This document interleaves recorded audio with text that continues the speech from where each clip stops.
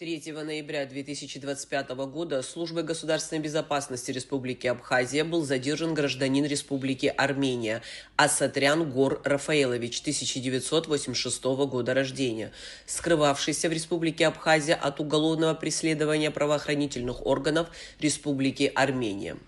Установлено, что в июле 2024 года Асатрян был объявлен в международный розыск по линии Интерпола с красным уведомлением за незаконный оборот наркотических средств и оружия на территории Армении. Асатрян в Республике Абхазия проживал по поддельным документам в нарушении миграционного режима на территории Абхазии. Представьтесь, пожалуйста. Асатрян Гор, 86 года рождения. Гражданином какой страны вы являетесь? Армении. При вашем задержании, при вашем личном досмотре у вас были обнаружены документы на имя Саргисян Арам Ливонович. Поясните, как они оказались? Поддельные документы, приобрел их еще в Армении через посредников. Цель вашего приезда на территорию Абхазии? Скрыться от уголовного преследования в Армении.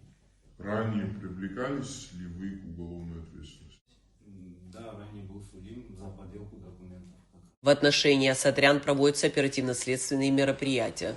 Службы государственной безопасности и в дальнейшем будут приниматься соответствующие меры по розыску, установлению и выдворению лиц из числа иностранных граждан из криминальной среды, незаконно пребывающих в Республику Абхазия в целях сокрытия своих преступлений.